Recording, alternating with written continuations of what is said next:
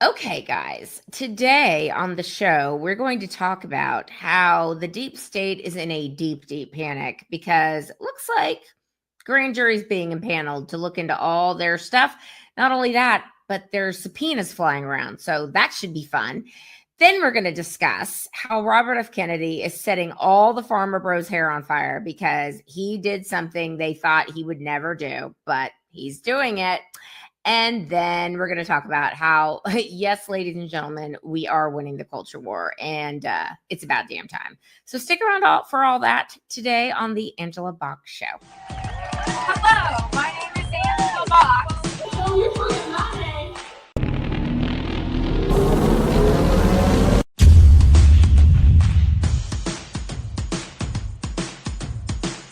All right, you guys. Last week, Pam Bondi. A couple things came out from Pam Bondi. I'll just get this part out of the way. You're going to see the Epstein news go away. You know why? Because Ghislaine Maxwell came out and said, Trump didn't do anything around me that should give anybody any pause. Of course, people like the Daily Beast and CNN are like, well, we don't believe that. It's like, well, let's see what the files say, because I guarantee he's not in them. So Ghislaine Maxwell basically did a womp womp for the left, and she killed their hopes and dreams that Trump was somehow diddling little girls. Like, sorry, it's not him. It's your people. So look for the Epstein story to rapidly disappear. Okay, now, Pam Bondi's also busy letting everybody know that she was very concerned about what Tulsi Gabbard has dropped. Namely, that the Trump-Russia collusion hoax was a hoax, and we all knew it all the time, this whole time, which is what Trump has always said, fake news, it's a hoax, it's a witch hunt. And now Pam Bondi is like, you know what? I think it's about time for a grand jury to be impaneled, find out just exactly what went on here. And you know what we're going to do? We're going to put that grand jury in Florida, not New York or Washington, D.C., because obviously Trump could never get a fair trial in those places. And so does anyone actually think that the deep state would be held accountable with a grand jury of Washingtonians? Like, I think not. So get it out of Washington, D.C. That'll be good. And y'all, not only is this such a delicious change of venue, but they're also, the reason they're doing it in Florida is because that's where the FBI raided Trump's house, like at 6 a.m., which, CNN just happened to be there for, just like they happened to be there the day that Trump almost got assassinated. But I digress. So it is thought that the FBI was raiding Mar-a-Lago, not to get the classified documents that Trump had every right to declassify. And he was like, these are all declassified. I was president. I can do these things. That's not that was the pretense. What they were really looking for was the Trump-Russia documents that proved that this whole thing was invented by Team Clinton and Team Obama. So it's going to be very interesting to have a grand jury impaneled. Okay, now James Comer is like, hey, Pam Bondi, I'll see your grand jury and I'll raise you a subpoena. So he has decided that he's going to be subpoenaing probably the same people that are going to get wrapped up in this whole Trump-Russia collusion hoax. Not all of them, obviously. I'm sure that some of these people that are being called are just going to be called to give background, like Jeff Sessions. Like, I don't think Jeff Sessions is part of the deep state. I think unfortunately he got wrapped up in this whole thing and he recused himself and he shouldn't have, and whatever. But here are the people that so far James Comer is going to be subpoenaing. Hillary Clinton. I think Hillary Clinton can be subpoenaed for not only her role in the Trump-Russia collusion hoax and the DNC hacking or rigging of the election and perhaps the murder of Seth Rich, but also her connections to Jeffrey Epstein. Because never forget that Jeffrey Epstein was one of the founders of the Clinton Foundation, the Clinton Global Initiative. So yeah, they were real good friends with him. And on that note, Bill Clinton is going to be subpoenaed. And let's see, Merrick Garland's going to be subpoenaed, and James Comey, and William Barr, Alberto Gonzalez, who was W's attorney general, which is weird, but okay. Maybe there's a reason that we don't know about. And Jeff Sessions and Robert Mueller. Robert Mueller evidently is in memory care. which, when I heard the story, I felt terrible for him and his family. And then I was like, hang on a minute. He's pulling a Corrado Soprano. Okay. He's probably pulling a Corrado Soprano. Just saying. And then Loretta Lynch.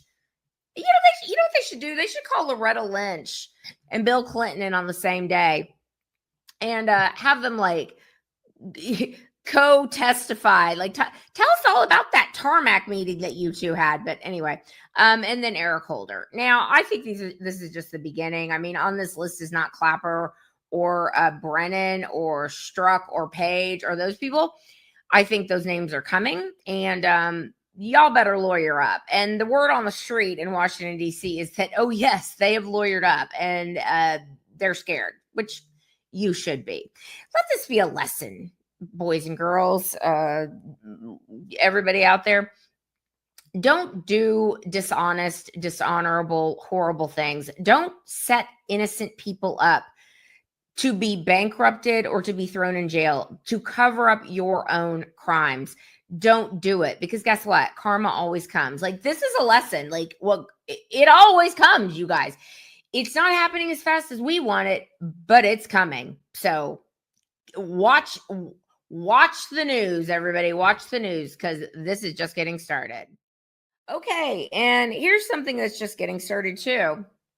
Something else that I was deplatformed for, talking about how dangerous the COVID vaccines were. Robert F. Kennedy Jr., who is not only trying to eliminate the scourge of Ozempic commercials or fat musical theater rejects singing about Jardians. Diabetes, but I manage it well. It's a little pill with a big story to tell.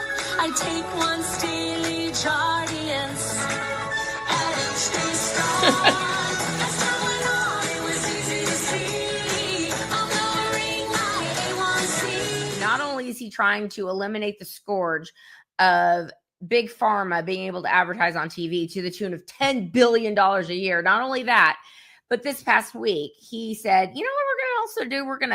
We're going to kill the funding, the $500 million funding that goes to mRNA vaccines, because there's some problems with them. What's really crazy, you guys, is that some intrepid citizen journalists were watching local news and they were like, this is strange. They're all saying the exact same thing. I mean, we've seen this before when it comes to election fraud or COVID or many, many things that we can see. The local news just basically says the exact same script. And it bears repeating, like, who is writing the script and who is telling them to say it. But in this instance, they all said the exact same things. I'm going to show you this video, and we'll talk about it when it's over.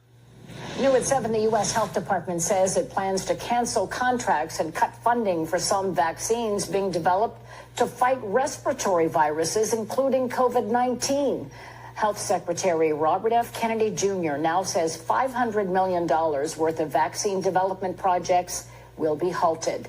The 22 projects are led by major drug makers like Pfizer and Moderna. The targeted vaccines are credited with slowing the 2020 coronavirus pandemic.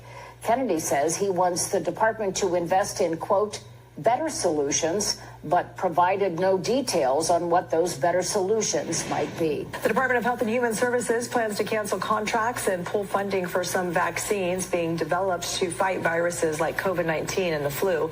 Health Secretary Robert F. Kennedy Jr. announced that $500 million, I should say, worth of vaccine development projects using Myrna technology will be halted. The 22 projects are led by major pharmaceutical companies like Pfizer and Moderna, and these mRNA or Myrna vaccines are credited with slowing the 2020 coronavirus pandemic. Kennedy wants the department to invest in better solutions, but he provided no details on what those better solutions might be. Department of Health and Human Services is pulling $500 million worth of vaccine development funding. Secretary Robert F. Kennedy Jr. said the 22 projects being halted all use mRNA technology. That's the type of vaccine credited with slowing the COVID-19 pandemic. Kennedy said he wants the department to start investing in better solutions. The Department of Health and Human Services will cancel contracts and pull funding for some vaccines that are being developed to fight viruses like COVID-19 and the flu.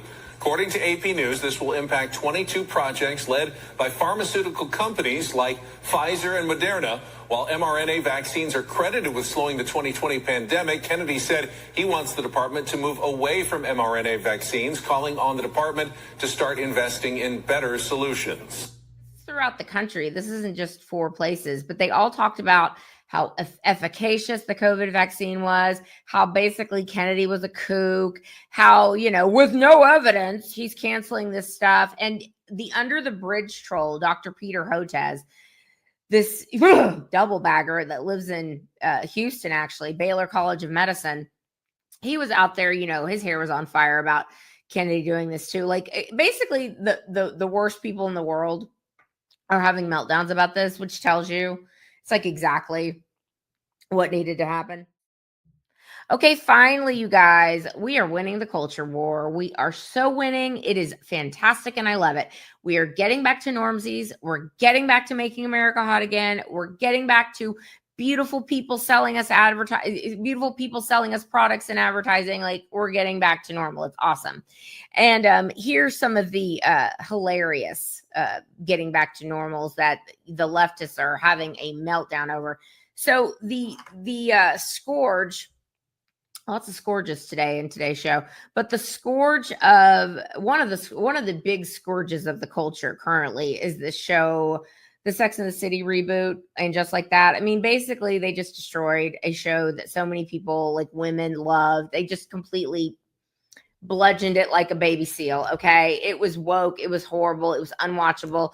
The only thing people were doing were hate watching it, and yet the insufferable Sarah Jessica Parker and the showrunner Michael Patrick King, with their 3 names that they go by, they thought everything was going great. And she, everyone loves this show. What are you kidding? Everyone thinks this is amazing. Well, it's like, no, the culture finally had enough and said, we're done with the woke reboot of a beloved show. Like, kill it, take it out back and put it down, put it out of its misery. And that has been killed. Although I will be sad that I cannot listen to the delicious commentary of Maureen Callahan talking about this show. So rest in peace. And just like that. And Kim Cattrall, who was wise to stay away from this burning bush, is laughing her ass off today, I assure you.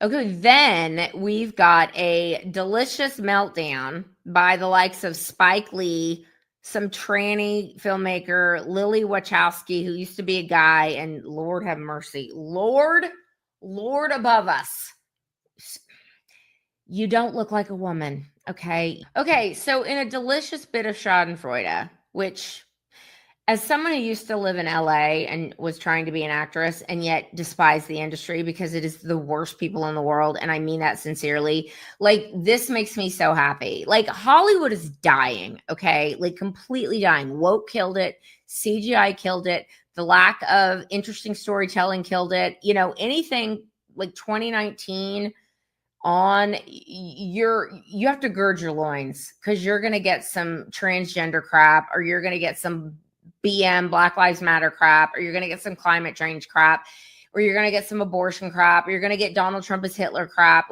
Seriously, gird your loins. That's why it's dying, because the American people are sick of their crap. Now, they think that they're still relevant, which is funny for the rest of us. So they decided to write a letter. They're just writing a letter, you guys, writing a letter. And the letter, thousands of writers, 2,300 writers, signed WGA open letter slamming Trump's, quote, unprecedented authoritarian assault on free speech.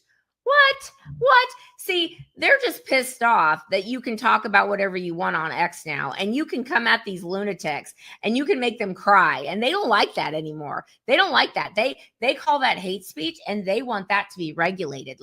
This is, again, this is 1984 newspeak. So what they're mad about is they claim that Trump, on his own, got the amazing Stephen Colbert show canceled. And, Stephen Colbert is still going on for another year. you're going to be fine, sis. You're getting another $16 million. Like, calm down. Hope you've invested well. Probably need to move out of New York. But anyway, so they claim that Trump did this thing. And then they're mad that CBS paid him $16 million and then another $16 million that's going to be in-kind donation, essentially, because they cobbled together an interview on 60 Minutes to make Kamala Harris, aka Senator Knee Pads, not look like a complete retard. So Trump was like, yeah, that was election interference, and I'm suing you for $1 billion. And they ended up, settling for 16 million, a pittance, I tell you. But the writers are none too pleased about this. I mean, it's like, y'all have bigger fish to fry, because AI is coming to take all of your jobs, and the American people aren't going to the movies anymore, and they don't like your crap. So I would suggest, instead of focusing on Orange Hitler like you always do, tend to your own backyards. Okay, create content that people actually want to see. Like, try doing that instead of having meltdowns every 5 seconds over Trump. Like, you're boring. You're so boring, Hollywood. Okay, and finally, this is I think almost my favorite one of this week.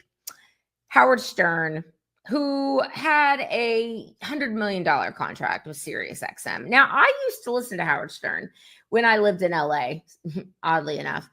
And, unless he was like super, super vulgar, it was actually funny and it was entertaining and everything like that. But it became unlistenable. Like, Howard Stern, I don't know what, COVID like changed some people, okay? Because Howard Stern used to be subversive, used to be funny, used to be clever, used to be smart. Definitely not some, knee-jerk Democrat. But during COVID, like, he lost his damn mind, you guys. Like, lost his mind. He basically said that all of us, non-mask wearers were, Hitler, I guess, or Nazis, or whatever term of the day the left wanted to use. We're killing grandma, all those things. And I'll remind everyone, there's no evidence whatsoever that putting a piece of paper over your face stopped a virus that was smaller than the holes in the mask. But anyway, Howard Stern also said that, people that aren't vaccinated should be rounded up and put into concentration camps. He also said after the election, or before the election, he said, I hate Trump. And anyone who is a Trump supporter, I want you to stop listening to my show. So the Trump supporters were like, okay, you got it, Howard. And that is why, ladies and gentlemen, SiriusXM just released the news that the Howard Stern show is going to be canceled. Y'all, we're winning everywhere. I'm not tired of winning. And I don't think you're tired of winning either. So this is just going to continue on to be absolutely delicious and fantastic, and just karma. We are witnessing history. We are witnessing karmic justice, and not everyone gets to witness that. So buckle in and grab the popcorn, because this is just getting started. I say that every week, but it really is true. Okay, that is where I'm going to leave today. A super long episode. Let me know what you think down below. Subscribe, like, do all the things. And I'll see you in the next video. I will be done. Bye.